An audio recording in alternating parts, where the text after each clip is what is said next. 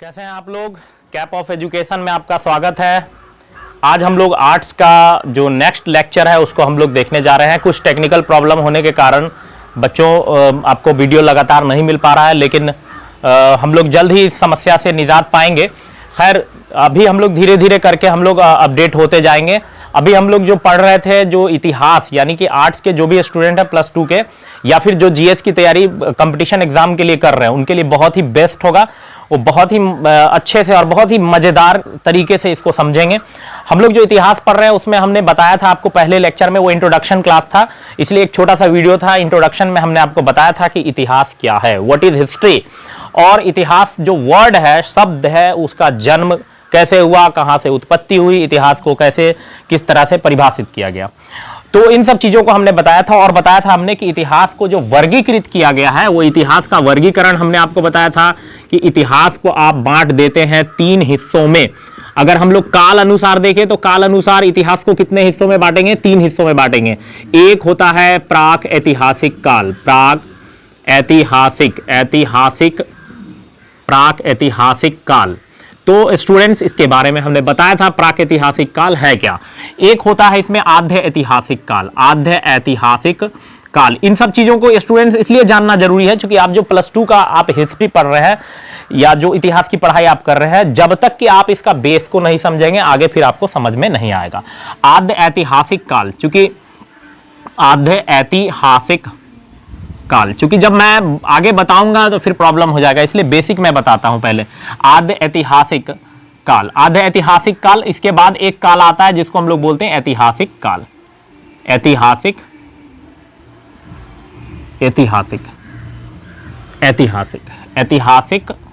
काल। तो मैं ये बता दूं एक एक करके। तो इसमें मैंने बताया था कि इस समय मानव सभ्य नहीं थे, मानव का जीवन जो था वो सभ्य नहीं था। लोग आखेटक थे, संग्राहक, खाद्य संग्राहक थे, भोजन की तलाश में एक जगह से दूसरे जगह भटका करते थे। तो ऐसा जीवन जीते थे, एक व्यवस्थित जीवन नहीं था, स्थायी जीवन नहीं था। उस समय के लोग न कृषि करते थे, न पशुपालन करते थे।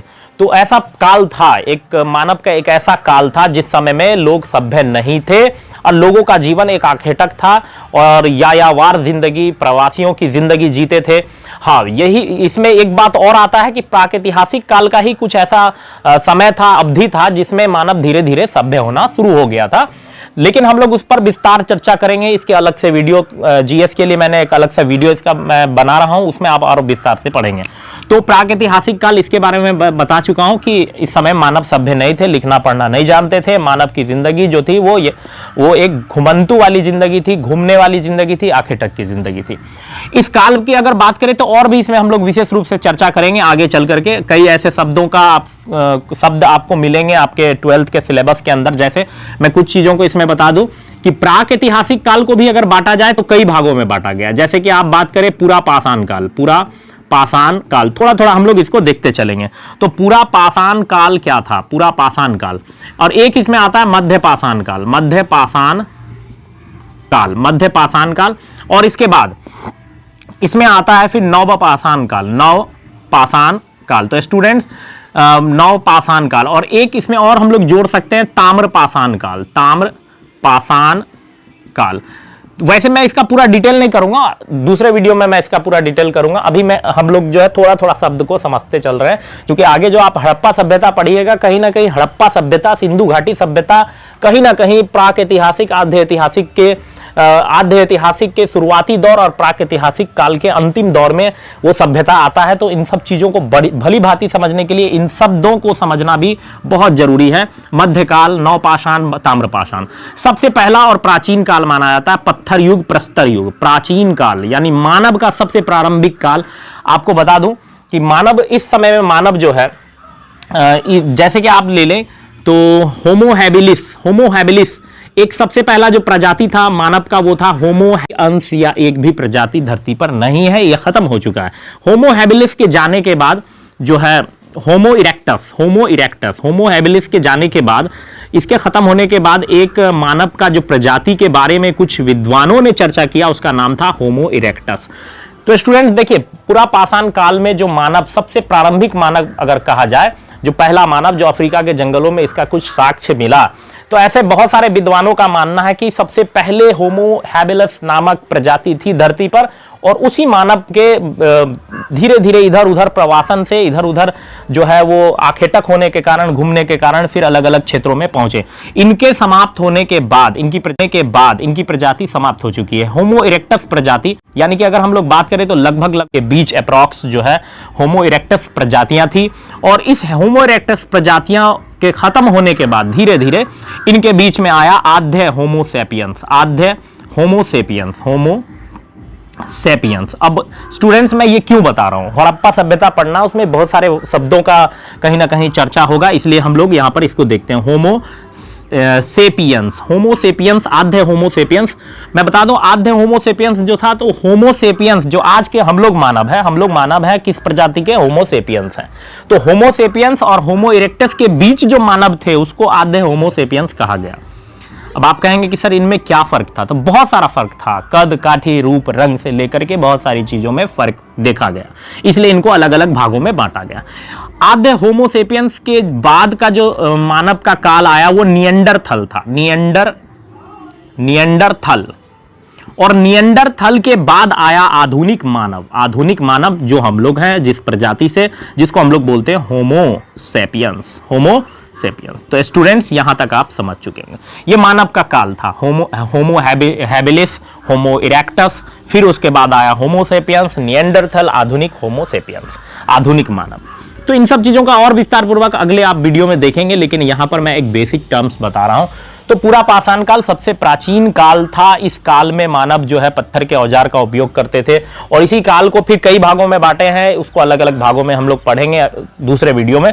पूरा पाषाण काल को भी अगर हम लोग बात करें तो इसमें भी तीन जो है काल आता है।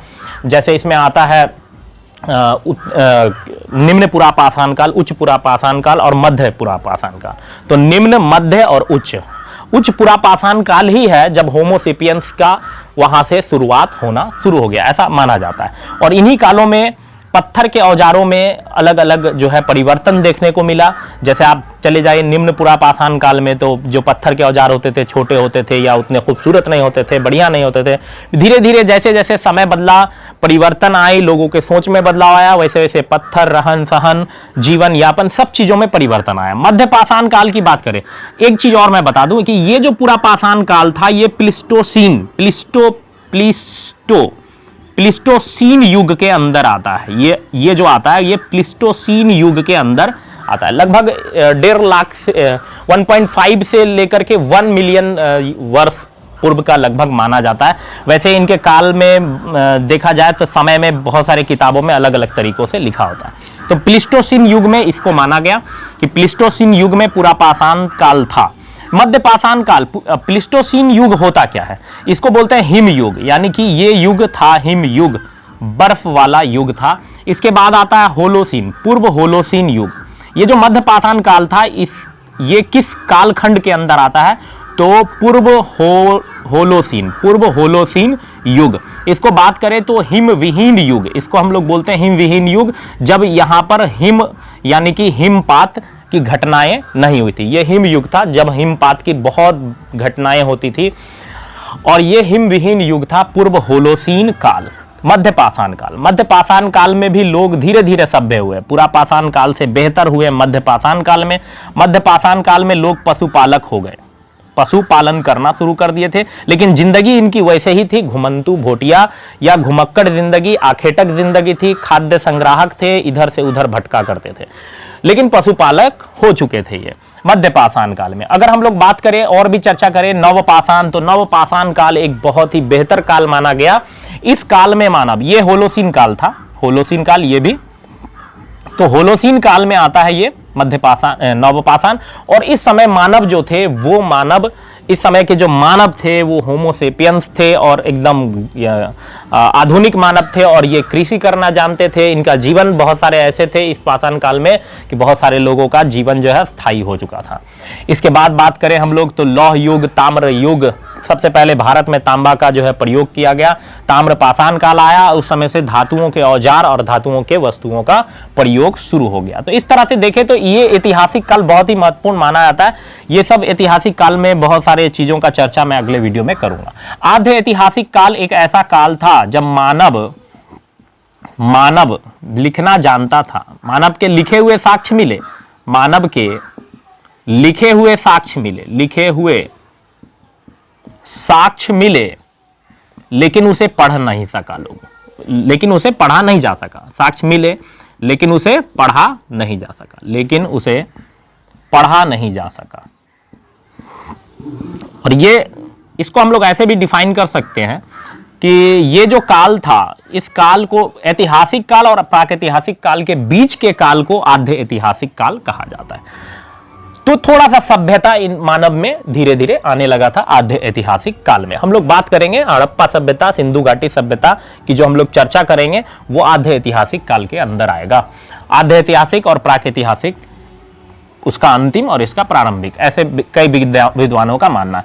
फिर ऐतिहासिक काल जब मानव पूर्णतः सभ्य हो चुका था, सभ्य मानव जब लिखना पढ़ना सब जानता था, तो ऐसे ऐतिहासिक काल के मानव को बोला गया, ऐसे ऐतिहासिक काल को हम लोग इस काल को हम लोग ऐतिहासिक काल कहें जब मानव पूर्णतः सभ्य हो चुके थे, लिखना पढ़ना वे जानते थे। तो ऐसे करके हम लोग इतिहास को 3 काल में बांट देते हैं। और भी बहुत सारी बातें हैं, लेकिन हम लोगों को अब स्टार्ट जो करना है वो सिंधु घाटी सभ्यता स्टार्ट करना है, हड़प्पा सभ्यता स्टार्ट करना है। ये सब बातें तो मैं बेसिक के तौर पर बता रहा था, वैसे और भी डिटेल इनका, और अगर हम लोग को डिटेल पढ़ना होगा तो हम लोग इसके लिए अलग वीडियो में देखेंगे इसको, ठीक है। तो हम लोग अब पढ़ेंगे, हम लोग आगे देखेंगे। जैसा कि इतिहास के वर्गीकरण को तो हम लोगों ने देख लिया बढ़िया से। अब हम लोग बात करते हैं सिंधु घाटी सभ्यता के बारे में। वैसे मैं बता दूं, सिंधु घाटी सभ्यता जो मैंने बताया था कि +2 का जो है पहला जो चैप्टर है हड़प्पा सभ्यता, उसमें मन के, ईंट और अस्थियों के विषय में आपको पढ़ना है। तो मैंने बेसिक जो भी पॉइंट्स थे उसको मैंने डिस्कस किया पीछे। अब हम लोग बात करेंगे सिंधु घाटी सभ्यता, जिसको बाद में जिसको हड़प्पा सभ्यता भी कहते हैं हम लोग, सिंधु घाटी। लेकिन सबसे पहले हम लोग सिंधु घाटी सभ्यता के बारे में जानेंगे। तो सबसे पहले जानेंगे कि सिंधु नाम क्यों पड़ा। तो वैसे मैं बता दूं स्टूडेंट्स, जब आर्यों का आगमन भारत नाम पड़ा, जैसे सिंधु, इंडस नाम जो है ये अगर देखें तो ग्रीक के लोग जो है इंडस कहा करते थे। और फिर बाद में जब आर्य का आगमन हुआ तो आर्य जब आए तो एक बड़ी सी जो नदी, बड़ी नदी देख करके उन लोगों ने उसका नाम रख दिया सिंधु, इसी का नाम रख दिया सिंधु। सिंधु का अर्थ एक तरह से होता है उनके बोलचाल में, सिंधु का अर्थ एक बड़ा सा जो है जल स्रोत। इसके बाद अगर देखें विभिन्न उच्चारणों के कारण सिंधु का नाम फिर जैसे कि पारसियों के आने से जैसे इसको हिंदू शब्द, फिर इसी तरह से अरब के लोगों ने हिंदुस्तान शब्द, इस तरह से हम लोग देखें तो अलग अलग उच्चारणों के कारण हिंदुस्तान, अलग अलग उच्चारण, अलग अलग लोगों के आगमन से, अलग अलग भाषाओं से, अलग अलग उच्चारण के कारण इनके नाम बदलते गए। तो आज हम लोग इंडिया शब्द जो देखते हैं ये इंडस शब्द से लिया गया, हिंदू या हिंदुस्तान शब्द देखते हैं इसी सिंधु शब्द से बना। तो इसकी विभिन्न जो अवधारणाएं हैं, तो खैर हम लोग इस पर बहुत ज़्यादा डिस्कस नहीं करेंगे, हम लोग आगे बात करते हैं। सिंधु घाटी सभ्यता को पहले हम लोग समझ लेते हैं, इसके कुछ बेसिक्स को, उसके बाद फिर हम लोग हड़प्पा सभ्यता, यानी इसी सभ्यता ही को हड़प्पा सभ्यता बोला जाता है, तो और विस्तार से हम लोग पढ़ेंगे। तो सिंधु, ये तो हो गई शब्द की बात। जैसे कि स्टूडेंट्स बता दूं कि सिंधु घाटी सभ्यता, अभी जैसे बहुत सारे विद्वानों ने ये पता लगाया है कि जो है सिंधु सभ्यता से भी पहले वहाँ पर कुछ सभ्यताएं थी, जैसे सरस्वती नदी थी और उसके आसपास सिंधु सभ्यता का अवलोकन किया गया। तो ऐसा बहुत सारे विद्वानों का मानना है कि उस सिंधु को ऐसा हो कि सिंधु और सरस्वती सभ्यता ही बोला जाए। तो ये तो खैर हो गई, ये तो मतों की बात हो गई कि कई विद्वानों का अलग अलग मत है, तो इस पर हम लोग बात ज़्यादा नहीं करेंगे। हम लोग आगे बात करते हैं सिंधु सभ्यता के और भी चीज़ों का। ये प्रथम नगरीय क्रांति, इसको बोला गया प्रथम नगरी क्रांति, नगरी क्रांति का समय था। ये जो समय था प्रथम नगरी क्रांति का समय था। पूरी दुनिया को नगर का जो एक स्वरूप है, एक रूप है, वो इस सभ्यता ने दिया। और आज भी पूरी दुनिया में लगभग जो शहरों का आप रूप देखते हैं या फिर शहरों की जो व्यवस्थाएं आप देखते हैं, नाले का व्यवस्था, पानी जल निकासी की व्यवस्था हो, चाहे घरों का बनाने का तरीका हो, सड़क हो, चाहे उसमें कुआं हो या तालाब हो, इन सब चीज़ों का जो कंसेप्ट आया, इन सब चीज़ों की जानकारी कहीं ना कहीं सिंधु घाटी सभ्यता से आया। और दुनिया के बहुत सारे ऐसे देश ने इस सभ्यता से शहरों का निर्माण सीखा, शहरीकरण सीखा। वैसे बात किया जाए तो मेसोपोटामिया की सभ्यता और सुमेर की सभ्यता और भी बहुत सारी इनसे भी पहले की प्राचीन सभ्यताएं हैं। वैसे ये दुनिया का प्राचीन सभ्यताओं में से एक सभ्यता है। अगर हम लोग बात करें तो आखिर प्रथम नगरीय क्रांति, तो ये पूरी दुनिया को इसने क्रांति, एक तरह से नगर क्रांति का जो है मतलब रूपरेखा और नगर का निर्माण का जो पूरा का पूरा स्ट्रक्चर है वो इसने दिया। अब हम लोग बात करें कि ये सभ्यता, वैसे इसके काल के विषय में अगर बात करें तो लगभग 1750 से 2350 बीसी, यानी कि ईसा मसीह के जन्म से इतना साल पहले इसको माना गया है कि ये सभ्यताएं जिंदी थी या ये सभ्यताएं थी। अब इस काल पर भी बहुत सारा विवाद है, कई मत है, खैर उस मत पर हम लोग उस विवाद पर नहीं जाएंगे, लेकिन लगभग इस काल का जो अवधि है हम लोग इसको इतना मानते हैं। अब अगर हम लोग बात करें आगे तो इस सिंधु सभ्यता का जो मतलब इसके खोज के संबंध में या इसकी उत्पत्ति के संबंध में, ये आखिर इसका कंसेप्ट किसी ना किसी के तो दिमाग में आया होगा। तो एक व्यक्ति थे जिनके दिमाग में आया, चार्ल्स मैनसन के दिमाग में, कि कहीं ना कहीं एक सभ्यता दबा है। और ये सभ्यता उन्होंने दिमाग में लाया, एक जो विदेशी व्यक्ति थे चार्ल्स मैनसन, उनके दिमाग में आया कि कहीं ना कहीं जो पाकिस्तान, पूर्वोत्तर पाकिस्तान का जो पंजाब क्षेत्र है वहाँ पर कोई ना कोई सभ्यता दबा हुआ है। और इसका कंसेप्ट इनके दिमाग में आया कुछ अवलोकनों और कुछ प्रेक्षणों के आधार पर। इसके बाद इन्होंने इस बात को सरकार के सामने रखा। सरकार धीरे धीरे, जब इनकी बात को पूरी तरह से सरकार मतलब एक तरह से बोला जाए कि पूरी जिम्मेदारी से उनकी बात को नहीं सुन पाया, लेकिन धीरे धीरे बहुत सारे ऐसे जो पुरातात्विक, जो उस समय विद्वान लोग थे, पुरातत्वविद लोग थे, उन लोगों ने जैसे जैसे सरकार पर दबाव बनाया तो सरकार भी सोचने पर मजबूर हो गई कि उस क्षेत्र में खुदाई की जाए।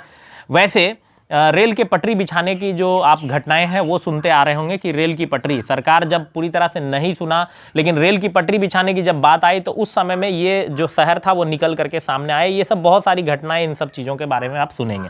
वैसे मैं बता दूं कि इसके बाद एक व्यक्ति और थे जिन्होंने इस सभ्यता के संबंध में अवलोकन किया, वो थे अलेक्जेंडर कलिंघम।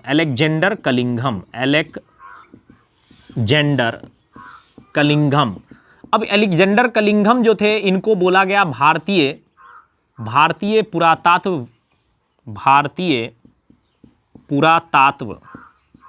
के जन्मदाता। इनको कहा गया भारतीय पुरातात्व के जन्मदाता, अलेक्जेंडर कलिंघम।